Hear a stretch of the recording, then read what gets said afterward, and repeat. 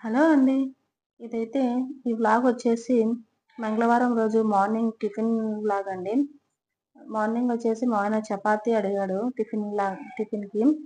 దానికోసమని ఇంట్లో బెండకాయలు ఉంటే బెండకాయలతో ఫ్రై చేశానండి. ఈ రెసిపీ వచ్చేసి చాలా అంటే చాలా సింపుల్‌గా ఉంటుందండి. చాలా సింపుల్‌గా ఉంటుంది. ఒకసారి మీరు కూడా ట్రై చేసి కామెంట్ చేయండి ఎలా వచ్చిందో. పులుసులు అవన్నీ నేను పెట్టేది చాలా తక్కువండి. ఎక్కువ ఫ్రైయే చేస్తాను. మా ఇంట్లో మా ఆయన ఎక్కువ ఫ్రైయే ఇష్టపడతాడు. సో, అందుకోసమని బెండకాయలు ఉంటే వాటిని బాగా క్లీన్ చేసుకుంటున్నాను.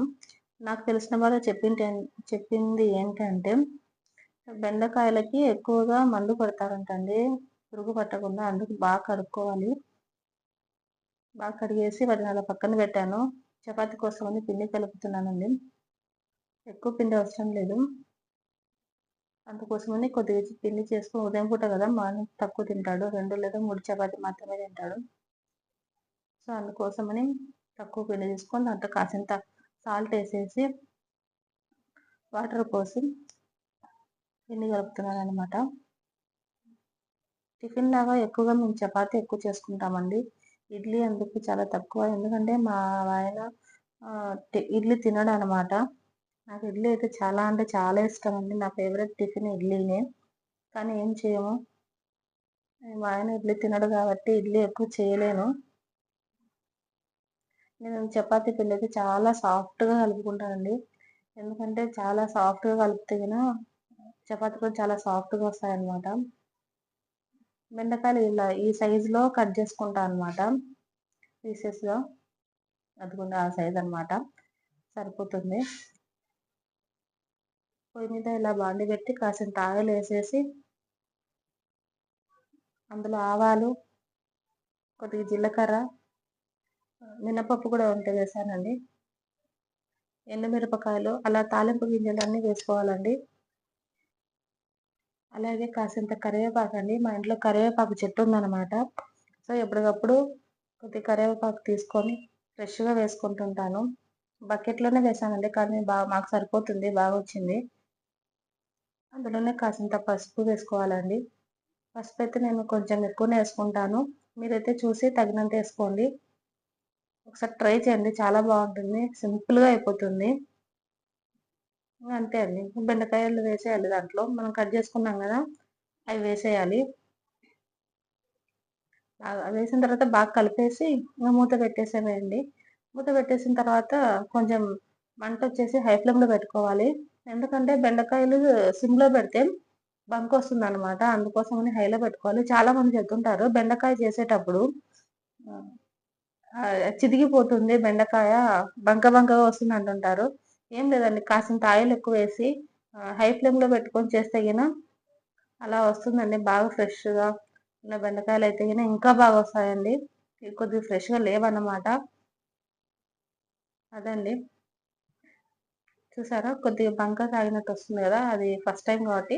తర్వాత ఇలా అయిపోతుందండి. మీరు కావాలంటే ఇంకా ముందే వేసుకోవచ్చు. కానీ మా ఆయనకి ఎర్రగా ఇష్టం కాబట్టి నేను అలా ఎక్కువ వేపేసాను. దాంట్లో వెల్లుల్లి కొంచెం కొట్టి వేశానండి. చిదిమేసి. అందులో కాసింత ఉప్పు, ఇంకా కారం, కొద్దిగా కొబ్బరి పొడి. మేము కారం ఎక్కువ తింటామండి. అందుకోసం ఎక్కువేశాను. కొబ్బరి పొడి వేసి కలిపేసేయడమే అండి. చాలా అంటే చాలా సింపుల్‌గా అవుతుంది. ఒకసారి ట్రై చేయండి.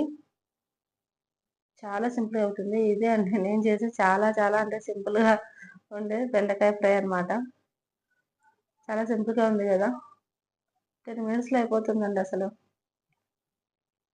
ఇంకా మా ఆయన కోసమని చపాతీ చేశానండి. తొందరగా అయిపోయి 3 చేశాను. తను 3 చాలన్నాడు. అందుకోసమే 3 చేశాను. మీరేం చేశారు టిఫిను? కామెంట్ చేయండి. ఇడ్లీలు అని మాత్రం కామెంట్ చేయకండి. ఎందుకంటే ఇడ్లీ అంటే నాకు చాలా ఇష్టం. ఇడ్లీలని మాత్రం కామెంట్ చేయొద్దండి ప్లీజ్. దోసలు, ఊత్తప్పం అలా రకరకాలు చేసుకొని తింటున్నారా? మేము గూడా ఇంగ దోసలకు వేసుకోవాలండి ఒక పూట.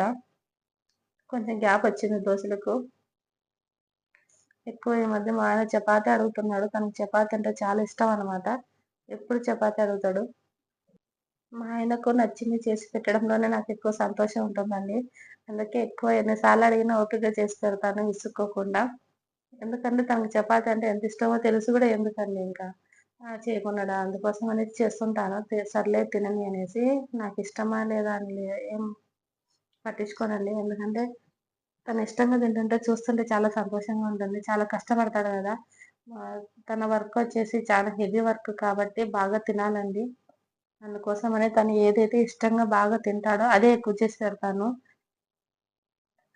ఎండలో గూడా ఎక్కువ ఉంటాడు గాబట్టి తొందరగా బాడీ డీహైడ్రేట్ అవుతుంది. బాగా తినాలండి అలా కష్టపడే వాళ్ళు అందుకోసమని. తయారైన తర్వాత తీసుకెళ్ళి మా ఆయనకిచ్చేసాను. తినేసి షెడ్డుకెళ్ళిపోయాడనమాట. వర్క్ చేసుకోవాలి గదా! ఇంకా మనం. అందుకోసం తినేసి షెడ్డుకెళ్ళిపోయాడు. తర్వాత చాలా రోజుల నుంచి దగ్గర దగ్గర 10 రోజుల నుండి మిగడ తీసి పెడుతున్నానండి నెయ్యి కోసమని. ఇంట్లో నెయ్యి అయిపోయిందనమాట. సో, ఇంగ నెయ్యి ప్రిపేర్ చేద్దాము అనేసి ఇంగ చాలనేసి మీగడ తీసి పెట్టడం ఇంగ చాలులే నెయ్యి అసలు లేదు ఇంట్లో అనేసి మీగడ తీసేసి అంతా మిక్సీ పట్టాను. ఇలా వచ్చిందండి వెన్నపూసొచ్చింది. చాలా వచ్చిందండి. నేను ఇంత వస్తుంది అనుకోలేదు. తక్కువ ఉంది ఇంకా అనుకున్నాను. నెయ్యి ప్రిపేర్ చేసేటప్పుడు ఒక టిప్ ఏంటంటే అండి, వెన్నపూసను ఒకసారి వాటర్‌లో కడుగుతాం కదా! ఒక్కసారి కాదండి 2, 3 సార్లు కడగండి. లేదంటే ఒక రకమైన స్మెల్లొస్తుంది. అందుకోసమని ఒక 2, 3 సార్లు వాటర్‌లో కడిగితే, ఆ వెన్నపూస మనం వాటర్‌లో ఏసినప్పుడు, ఆ వాటర్ తెల్లగా అవ్వలేదనుకోండి, అప్పుడు సరిపోతదనమాట. అప్పుడు మనం వెన్నపూస రెడీ అయినట్టు మనం వెన్నపూస వేడి జేసుకోవచ్చు. అందుకోసమని నేను ఒక 2, 3 సార్లు కడిగానండి. బాగా కడిగేసిన తర్వాత ఇదిగోండి ఇంత వెన్నపూసొచ్చింది. దీన్ని వేడి జేస్తున్నాను. ఇంట్లో చేసిన నెయ్యి చాలా బావుంటుందండి. బయట నెయ్యి కంటే. మేమసలు బయట నెయ్యి ఎక్కువ కొనమండి. ఎక్కువ ఇంట్లోనే ప్రిఫర్ చేస్తాము. నేను చేయకపోయినా అమ్మ ఎప్పుడు నెయ్యి చేస్తుందండి ఇంట్లో. సో, అది మాకు సరిపోతుంది. నాకు, మా చెల్లెలికి వాళ్ళకి. మీకు ఈ వీడియో నచ్చితే లైక్ చేసి సబ్స్క్రైబ్ చేసుకోండి.